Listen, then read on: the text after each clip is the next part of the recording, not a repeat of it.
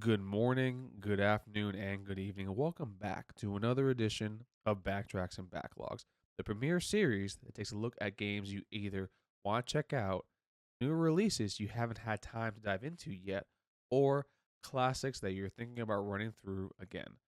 My name is Andre Silva, aka Tally Drake, and I am the counselor at large here to guide you through this series.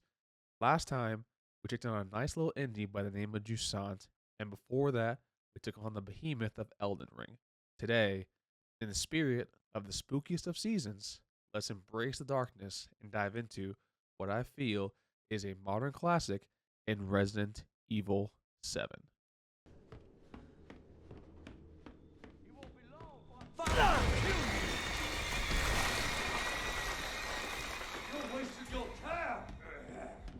RE7 or Biohazard is a horror game made by video game giants Capcom in the long running and ever so popular Resident Evil series. The seventh installment in a series that started back in the 90s, RE7 is a return to the survival horror roots that put the series on the map and is doing it for the first time ever with a first person point of view. I'm already a bit of a scaredy cat when it comes to these horror games, and this decision for the POV definitely cranks up the fear to an 11. Now, what would a survival horror game be without the reason you're suggesting yourself to the scaries in the first place? And that, in this game, is the story. In this game, you take on the role of one Ethan Winters. Ethan receives a voice message from his wife Mia from out of the blue. Only thing is, Mia has been missing for several years. So Ethan travels to the swamps of Dulvey, Louisiana, Mia's last known location, in order to save her. From the very moment Ethan pulls up to the Baker family estate, you can tell something is just simply not right here. From the abandoned look of things, the ceremonial fixtures as you step foot onto the property, there is something definitely deeper at play here, and your boy Ethan is determined to find out. And that means going through the Baker family as Jack, Marguerite, and Lucas all are here welcoming you into the family. And unfortunately for you and Ethan, they will simply be not taking no for an answer. Now let's go to the actual gameplay itself. The Resident Evil franchise has prided itself as the premier puzzle survival horror experience since the original, in the same vein for fans of other games like Silent Hill. With the previous two entries being more in the action genre, RE7 returns to this, and boy oh boy, does it go as well as chocolate and caramel in your favorite Halloween trick or treat candy bar. Throughout RE7, you're tasked with going through each section, each chapter, searching for clues to take down puzzles, unlock secret passageways, and for your own benefit, shortcuts for you to navigate through the Baker family nightmare. Part of this puzzle adventure includes something that adds an even more anxiety inducing mechanic, and that is inventory management. As in real life, you can only carry so much with you in a certain way that you will not be able to take everything with you, especially at times when you don't have or don't know where a shortcut is back to the save point. Because, folks, you are not going to be able to save from the main menu of this game. You're only able to save in certain safe rooms located throughout each chapter in each home. And once you find something and you have no room to put it away, this is where you have to make the tough choices of what to carry with you, whether it be meds, ammo, or even keys as you travel through the entire Baker family estate. Now, the puzzles in and of themselves are not really of the hard variety here in this game. A lot are simply reading notes or logs around the plantation, square peg, square hole kind of type of deal here, but they are enough to keep you engaged and also to keep you thinking where to go and when to use previously found items, especially in the early chapters of the family house to help you familiarize yourself with the gameplay, the game mechanics of what you're trying to do to go from point A to point B, because in that house, there's going to be a lot of, let me check one last thing here before moving on. And what elevates the experience here is the atmosphere and the environment that the game dumps you into. In true horror fashion, each chapter of the Baker estate is enveloped in a frightening backdrop that makes everything feel alive, even though you feel the suffocation of death at each and every single corner. Starting at the family house that's crumbling at the very start, and add in the fact that you have the patriarch, Mr. Jack Baker, stalking you around throughout the entire family house, you are thrust into some of the most unsettling areas modern horror games have to offer. Over here, mommy. Sneaking through the infested guest house, partaking in Lucas's demented funhouse, surviving the Annabelle shipwreck, and traversing the salt mines, each of these chapters really immerse Ethan's journey in his attempt to save Mia and fleshes out, pun intended, the gravity of each decision you make and how close you could be to a certain game over. There's beauty in the madness of RE7, and it's on full display from start to finish. That and it's just downright scary. I mean, the sights and sounds really hammer home the haunting factor of the Louisiana Bayou.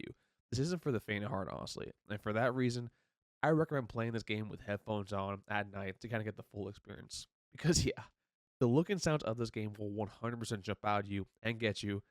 And that's the fun of it, honestly. This is one you want to get the full experience and you need to be scared. And you'll get the full effect here. And RE7 and the folks at Capcom do a great job of that. Now, with the highs discussed, let's look at some of the weaker points of the game, which ultimately boils down to the combat itself.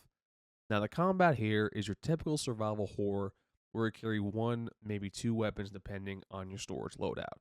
Combat isn't the prime focus of the game outside of several monster encounters or molded encounters and the boss fights, but combat is just enough of a factor here in how you progress the story that it does showcase itself as middle of the road with its little weapon selection. The aim mechanics kind of feel like an afterthought. But again, that's okay because this combat is kind of a side dish to the main course, which is the puzzle and the story in this game. And sometimes you are rewarded for kind of trying to avoid combat altogether, which you can, but it does make the game a little more difficult. And the combat is just simply there. It definitely could do with a little more work. Where the combat issues do glaringly pop out is during these boss encounters. The boss encounters in and of themselves are a fun time, and the designs are simply top notch. They match the aesthetic of the atmosphere and the environments of the entire game perfectly, and they are dreams of nightmare enthusiast galore. The problem is these encounters feel as if they're just simply bullet sponges for the player that, quite frankly, don't require that much strategy to put them down. You simply just spray and pray and hope you don't run out of ammo or hope you brought enough ammo to the boss fight. Sure, you're going to have ammo scattered around the arena, but that still feels as if you don't ever have enough, right? But again, this game isn't setting trends or a new standard for combat. It's merely there to advance the story and the experience, and you can't be mad at that. Especially, like I said, the boss designs are great. They do a great job advancing the rhythm of the story beats, and at the end of the day, they definitely just look plain great and terrifying. And when it comes to a horror game, this is the kind of thing that you want to have in your experience. Now I know what you're all thinking here. Tally, how long is the game? Is it worth the time? Is it worth losing a little bit of sleep at night, knowing this game might make me hear things that go bump in the night? Well, for one, it's Halloween, folks, so y'all gotta be able to embrace the spooky season. Secondly, yes, this game is worth the time. RE7 clocks in at a game time of about 8 hours and 52 minutes. Mind you, game time does not include amount of times it died and restarted up. If we put that in, my total playtime for this experience was 13 hours and 35 minutes. Granted, I'm not great at these puzzle games, to be quite honest with you, and I'm also even worse at horror games as the save points are always only allowed, as I said before, in certain safe rooms, or throughout the map, throughout the level. And me, being a scaredy cat that I am always constantly running to that safe room every 10 seconds the moment I do one little thing. Or even not if I do the one little thing, just mainly just to run away. So the game, while not long, isn't necessarily short here, as it is strongly dictated by how the player paces themselves. While this isn't my first foray into the Resident Evil series, that would be Resident Evil 5 and the recent RE4 remake, this I can say is the most fun I've had when it comes to the survival horror genre, as this just simply is not my cup of tea. But already, I want to give it another run, which you can go through in each and every single run, whether it be through the DLC, You can also go through, weapons off, or just simply to beat your time and see how fast you can beat the level. So there's great replayability here. So if my prior comments don't really illustrate my opinion to you guys, Resident Evil 7 Biohazard is a big thumbs up from the big homie. Now here's where you can help me out. Please feel free to like, share, and follow the channel, and comment below what game you want to see next. These videos are a recess from my kind of hectic, law lifestyle. And after dropping this breezy, chill experience, you better believe I got more games on the docket.